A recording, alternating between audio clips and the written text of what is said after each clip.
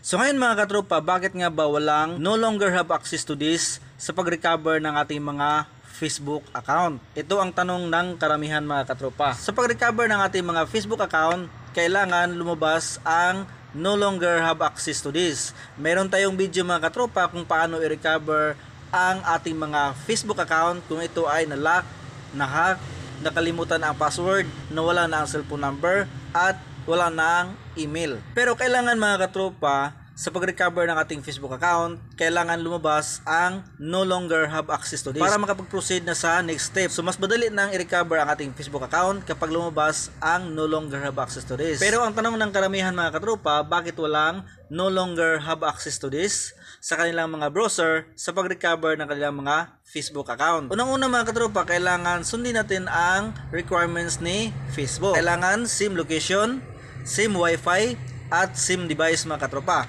sa pag-recover ng ating mga Facebook account. Kung hindi mo makompleto ang tatlo mga katropa, siguradong hindi lalabas ang no longer have access to this. At hindi lang yan mga katropa, kahit pa nakompleto mo ang tatlong requirements ni Facebook, ay meron pa rin mga browser mga katropa na hindi lalabas ang no longer have access to this sa kanilang mga Facebook account sa pag-recover. So second option mga katropa ay kailangan nakalagin ang inyong mga Facebook account dati sa browser na ginamit ninyo sa pag-recover. Chrome browser, Google, or sa ibang browser, basta nakalagin ang inyong Facebook account dati noong hindi pa ito na-hack or hindi pa ito nawala. Pero kahit pa nakompleto mo ang lahat ng yan mga katropa, ay meron pa rin nag-message sa atin na wala talagang no longer have access to this na lalabas sa pag-recover ng kanilang mga Facebook account sa browser. Pero kung wala talagang lalabas mga katropa, ang next option natin ay punta tayo sa Chrome browser. At dito mga katropa, i-type lang natin ang submit valid ID to Facebook at i-search natin.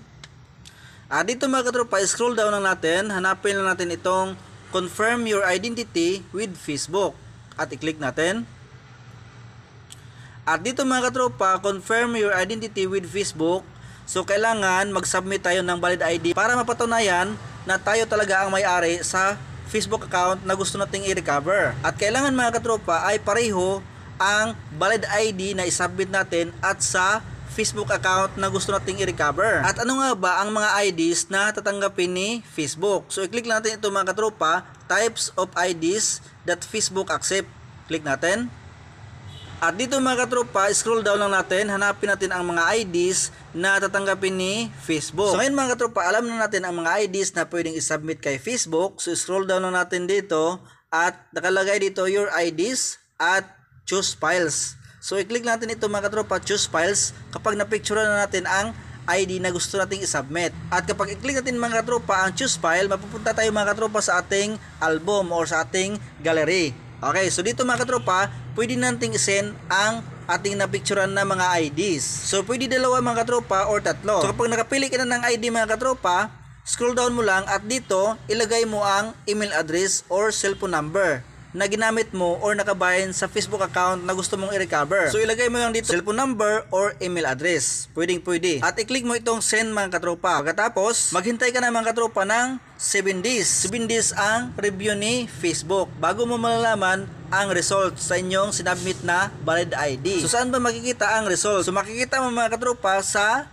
Gmail. So dito sa Gmail mga katropa or text message sa inyong nilagay na cellphone number. Alam ni Facebook ang inyong mga Gmail or ang inyong mga cellphone number kahit pa pinalitan na ito ng hacker. So kapag nag-submit kayo ng valid ID, so mapatunayan ni Facebook na kayo talaga ang may-ari sa Facebook account na yon, magsisend si Facebook ng recovery link via text message or sa Gmail. So sana mga katropa ay nakatulong sa inyo ang video na ito at huwag kalimutan mag-follow sa ating Facebook page at sa ating channel mga katropa para patuloy kayong updated sa mga bago nating upload kung paano i-recover ang ating mga Facebook account na na-hack or hindi na natin ma-open.